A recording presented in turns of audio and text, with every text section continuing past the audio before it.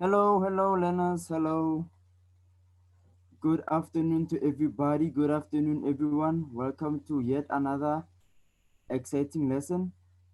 Thank you for joining us once again. It's lesson number 3 for English grade 9 home language. Mhm. So I am still your presenter. I am still your teacher for the subject. If you are there, please say hi in the chat. Let me see who is with us today.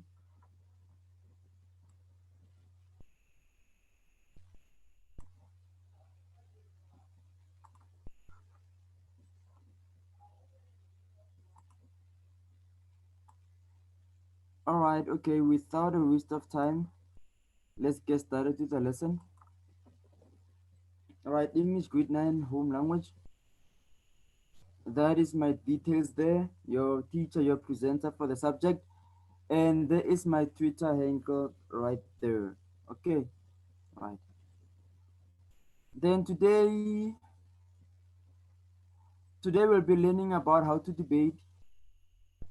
Yes, the roles involved and how to play them, how the speakers take turns in a debate, how to explain your viewpoints and reach a consensus. And we're also going to learn about how to use appropriate language, style, and register in your debate. Okay, so what we did in the previous lesson yesterday, in lesson number 2, we learned about what debating is. We learned also about the reasons why we do it. We also learned about the benefits of debating as well as how to prepare for a debate. You remember? So if it happens that maybe you are lost or you need clarification on something we did yesterday, please you can raise your hand and I will give you a chance to speak to ask a question, or you can use the group chat to ask a question. And I promise you that as soon as I see your question in the chat, I will attend to it. All right, okay. So yes, remember this is part of speaking and listening in your syllabus. So if there wasn't the lockdown, if you were at school and there wasn't the lockdown at all this year, then this is something that which you would be doing this week. Okay, you would be debating for marks. Yes, it is part of what we call an oral assessment task. So yeah.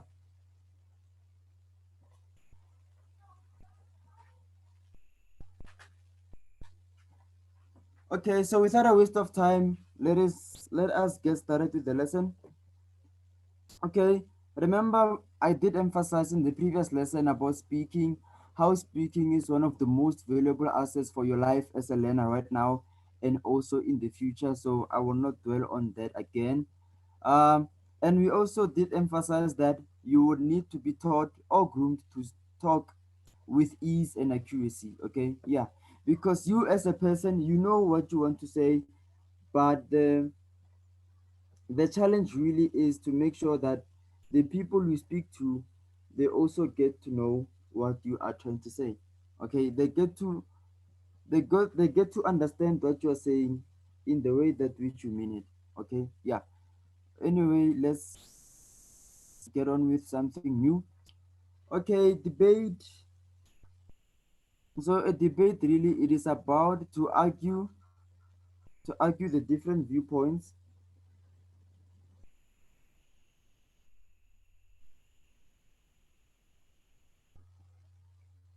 So a debate is about to argue the different viewpoints on a chosen topic. Okay? So that is what we do with a debate, right? That is what we do.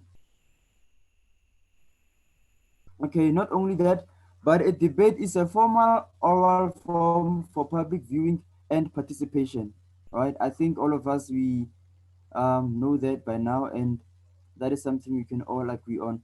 But however, if you have questions, clarifications, concerns, please do not hesitate to ask.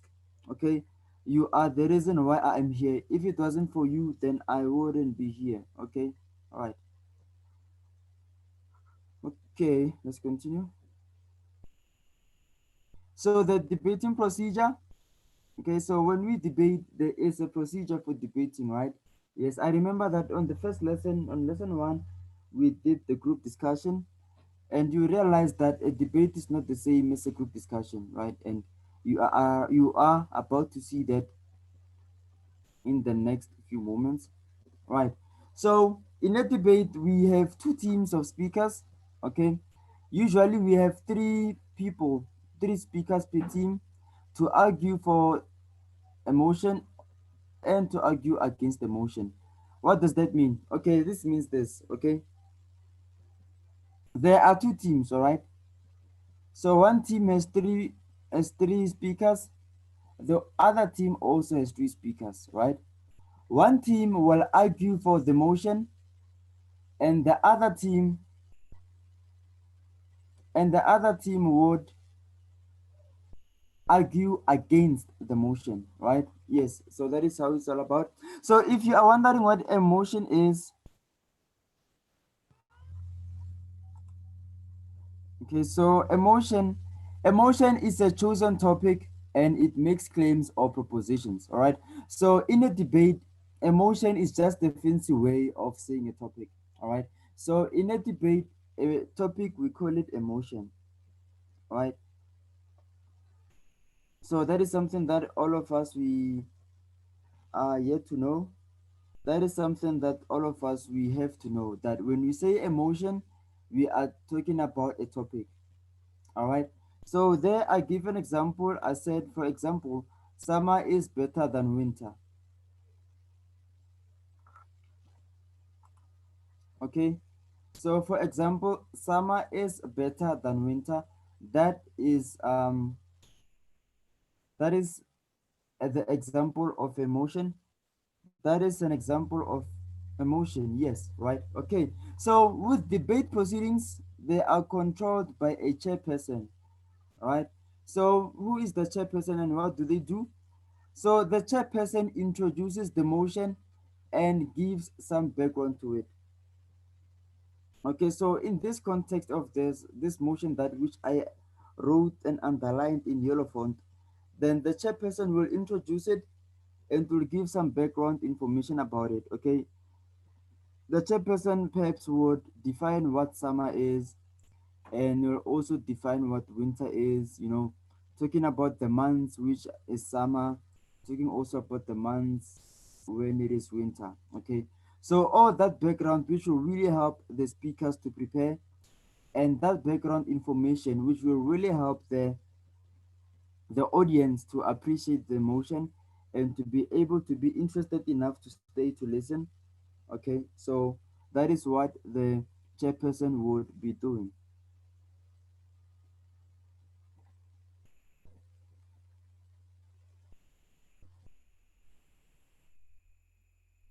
All right, so another thing that the chairperson does is the chairperson introduces each speaker.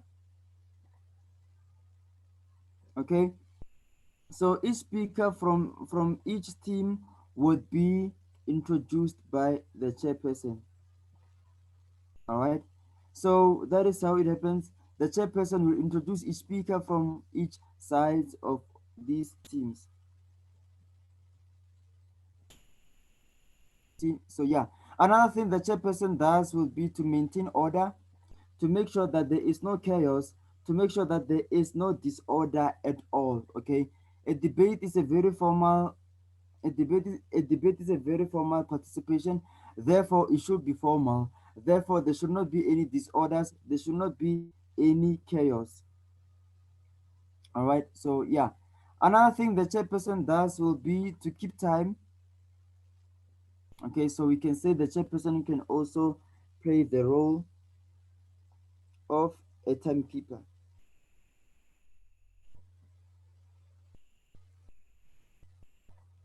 Mm-hmm.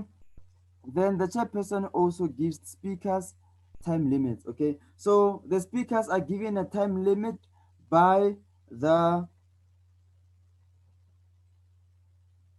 the chairperson. Okay, so this means that if the chairperson gives each speaker 2 minutes to speak, then the speakers should really adhere to that 2 minutes. Okay, so if it happens that a speaker goes way overboard and they're about to speak longer than 2 minutes, then the chairperson really has the discretion and the right to really cut that speaker.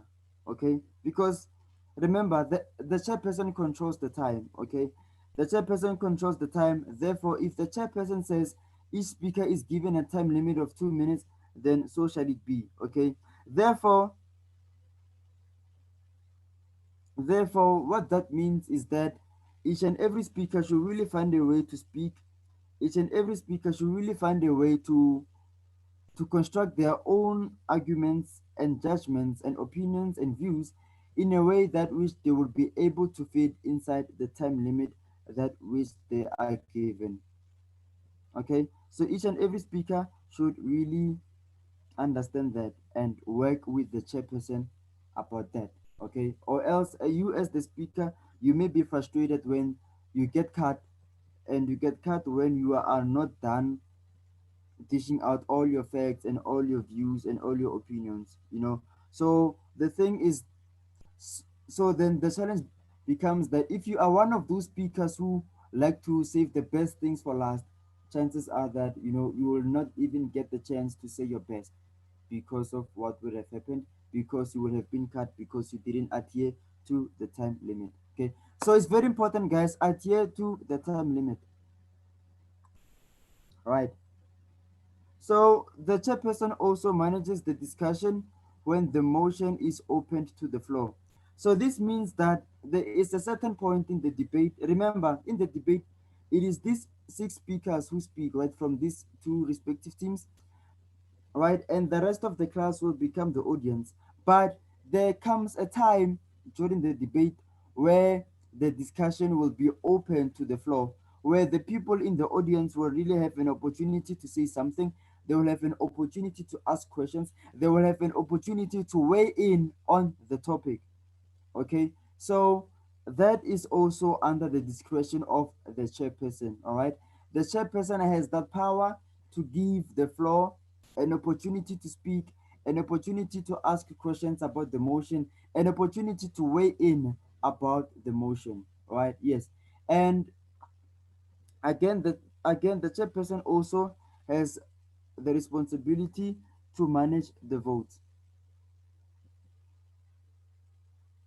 Okay, yeah, so if it happens that in this kind of a debate, then there are votes which are taken up to decide which team wins or which speaker is the best, then this is what happens, right?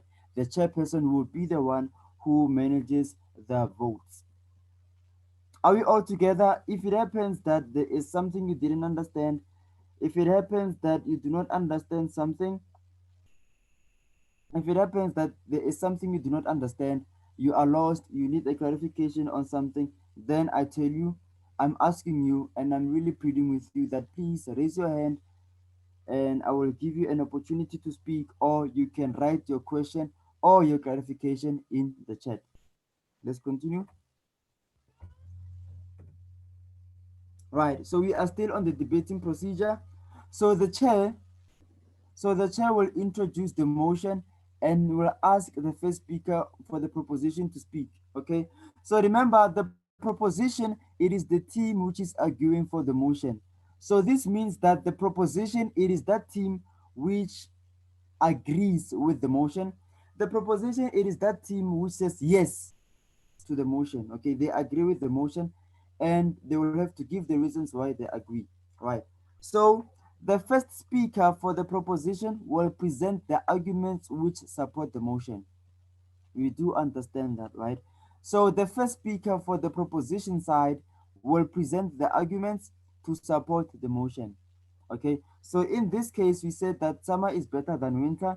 Therefore, when the first speaker from the proposition comes, he or she will tell us why they agree with the motion that summer is better than winter. Okay, all right. Then when the first speaker from the proposition is done, the next speaker would be the first speaker for the opposition. Okay, so remember, what is the opposition? The opposition is that team which is speaking against the motion. It is the team which is saying no to the motion. It is the team which disagrees with the motion, right? So the first speaker from the opposition will present the arguments which oppose the motion, right? Not only that, they will also rebut or attack the arguments of the first speaker.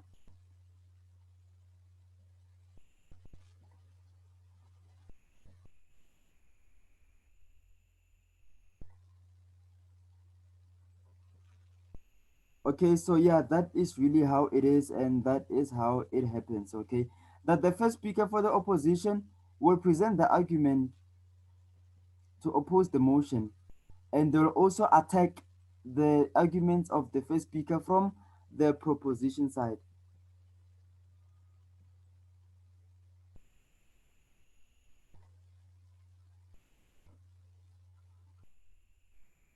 Okay, then after that, there will come the second speaker for the proposition side, who will build on the team's arguments. Okay, so he or she will build on the arguments that the first speaker from the proposition said, and then he or she will present new arguments, and after that they will also rebut the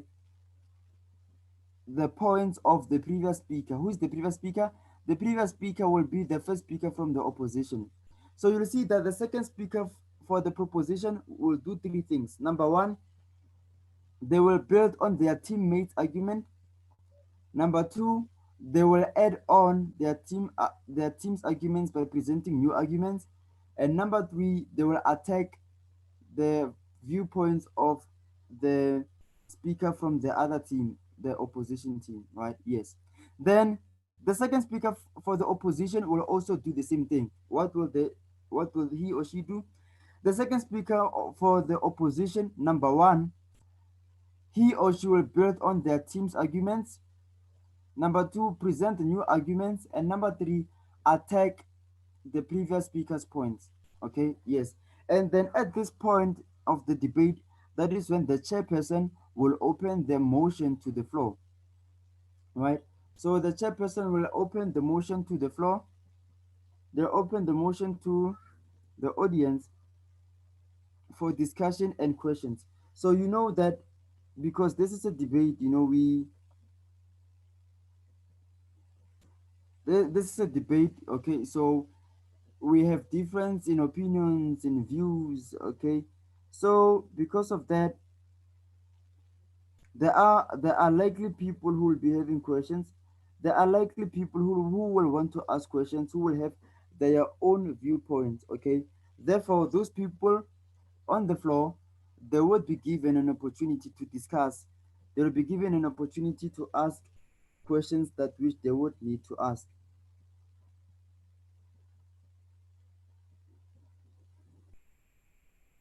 Yes. Then still on the debating procedure, after that has happened, after everyone in the floor has got an opportunity to ask questions or to discuss,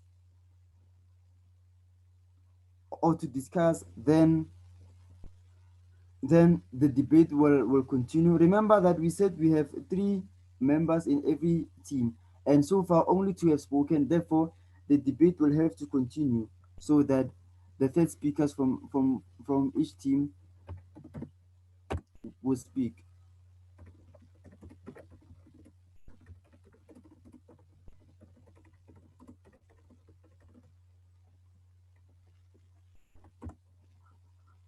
Okay, so following the general discussion, the opposition will sum up first. Okay, so after this discussion from the floor, this the third speaker from the opposition side will come up to repeat the team's main arguments and to try to persuade the audience to vote against the motion, and they will also give reasons for that. Okay, so this speaker may also rebut or attack the previous arguments. Okay, so this is what the third speaker will be doing. The third speaker from the opposition side, they will repeat the main arguments which were raised up by the first and the second speaker of their team, and they'll try to persuade the audience to vote against the motion just like them. Okay, so this really means that they'll really be trying to get the audience to be part of their team. Okay, all right. Then after that, they will after that this speaker will also attack the previous arguments of speaker one and speaker two from the proposition side. Okay. Then after that, the third speaker for the proposition side will also do the same thing. Okay. They will build upon the team's main arguments which were expressed by speaker one and two, and they'll also try to persuade the audience to vote for the motion. Okay, to be on the same side with them, and they'll also rebut or attack all the arguments of all the speakers from the opposition side. Okay. Then after this, since all the speakers will have spoken, then the debate will have to be concluded. Then the debate will be concluded and the result obtained in different ways. Right? Okay. So this is how it will be concluded by having the speeches assessed. Okay. So you, because you are a school, when you do the debate, your score will be the assessment that the teacher would give you, and that will be your mark for the debate. Okay. Yes. So that will be the mark that which you would be getting. All right. Yeah. But if maybe it was just a class activity, then the motion will be put to the vote, and we will be asking everybody in the floor to vote for one of the team, to vote to tell us which team really was the most convincing. Okay. All right. Let's continue. We are nearly done. Extra tips for debating. So you realize that these extra tips, they really apply for everybody, no matter which team they come from. Okay, whether you're on the opposition side, these are for you. Whether you are from the proposition side, these are also for you. Right. So here, tip number one, you plan your argument by noting 3 or 4 reasons to support your point of view. Okay, so whichever side of the debate you are in, first of all, you will need to plan your argument by noting down 3 or 4 reasons that will support your point of view. Okay, you do not just have a point of view. For whatever point of view that which you have, you need to have a reason for it. Okay. Number two, explain your points by using interesting and unusual facts or examples. Okay, so what this point will really help you is that if you can use unusual examples and facts, you will really make it difficult for the people from the other team to attack your points. Okay, so if you come with something usual, if you come with something that which we already know, then you really make it easy. You really make it easy for the other team to really crash and to attack your viewpoints. But if you come here and use some unusual facts, it will make it difficult for them to attack your facts or your viewpoints. Okay, so remember, use your points should be interesting so as to capture the attention of the audience. Okay, so that you can be persuasive and convincing to the audience. All right. Okay, not only that, remember that you should also keep to the agreed time limit. That is very important, or else you may be frustrated when you realize that you didn't get to say everything that you wanted to say.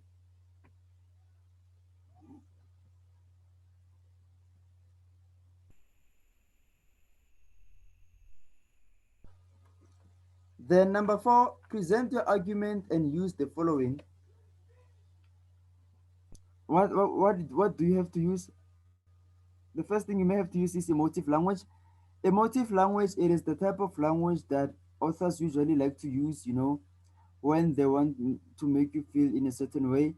And even as we use emotive language every time in our social media, when you are texting your family and your friends and you want them to feel loved, okay, you use emotive language so that they feel special, so that they feel loved. So that is what you use. It is emotive language. You use emotive language to make them to feel loved, to make them to feel special. So even with your debate, please use emotive language to make people to feel the way you want them to feel. Right.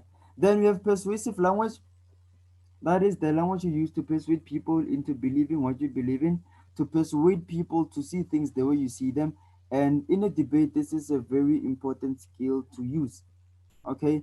You may also have to need to use rhetorical questions. Remember, rhetorical questions are those questions which do not have answers. What? Right? Because you all know the answer. Okay. So those are rhetorical questions, and you may need to use them.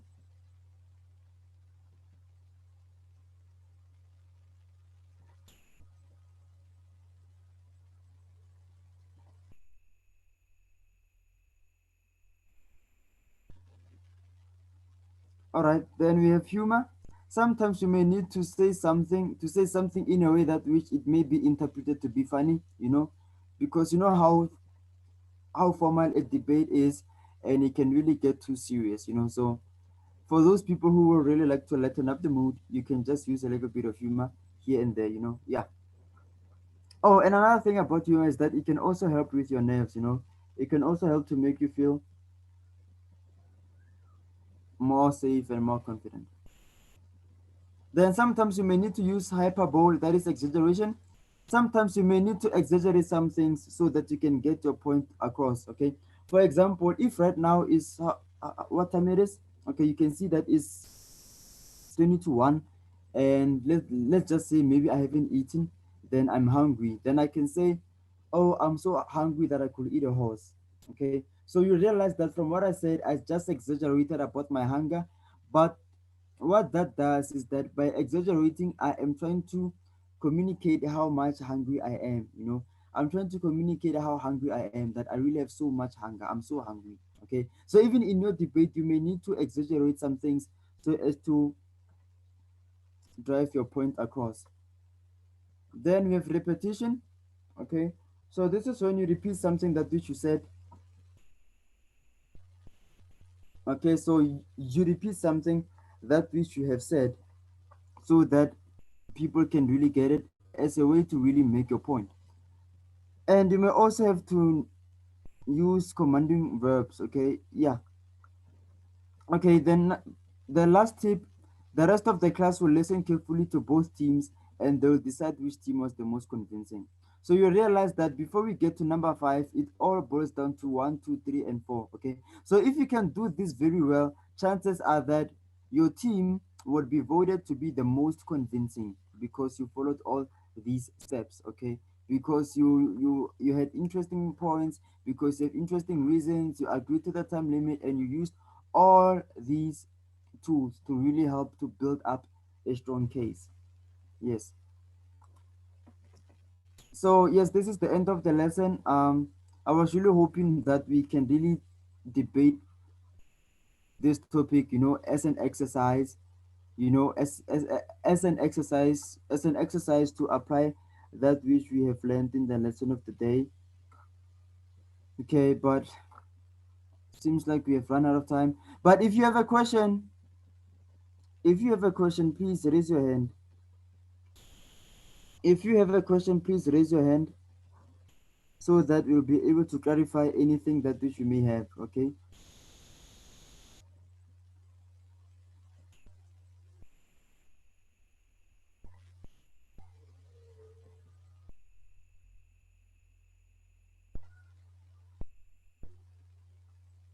Okay. So this is the end of the lesson, guys. We were talking about the debate. Although the lesson is over, but the conversation is not. So please, guys, get your social media. Follow us on Facebook, Instagram, Twitter, and YouTube. Remember to use the hashtag LockdownESchool to communicate with us. And guys, please remember that everything that we should do here, you will be assessed on it because it is part of your syllabus. Okay. Therefore, you will be assessed on it. Yes, you will be assessed on it later on in the month. There will be this week or two where we will be running some assessments. We will be testing out to see if you understood everything that which you went through so that we can better help you and better prepare you for your final year exams. Not only that, but also for your life, because all these things that which you learn at school, you are not learning them for marks, you are not learning them to pass, but we are learning them so that we better prepare you for the future of your dreams. Okay, so yes, remember guys, speak to us, talk to us on social media, tell us your complaints, your compliments, your comments and everything in between, so that we can know we can better cater for you, how we can better help you guys, because the reason we are here is you. Okay, if you were not here, then I wouldn't be here either. I don't know what I would be doing right now, but I would certainly not be here if it wasn't for you. So thank you so much guys for your participation in the chat. Thank you so much for being a part of the class today. I hope to see you again tomorrow. Let's meet again tomorrow, same time, same place. You're going to learn something new, something which will help us to become better communicators, something which will really develop us to help develop our potential to become better people in the present and also in the future that all of us are both dreaming about. So, from all of us here at STEM Lockdown Digital School, we love you guys. We say take care, keep well. We'll see you again tomorrow, same time, same place. Goodbye.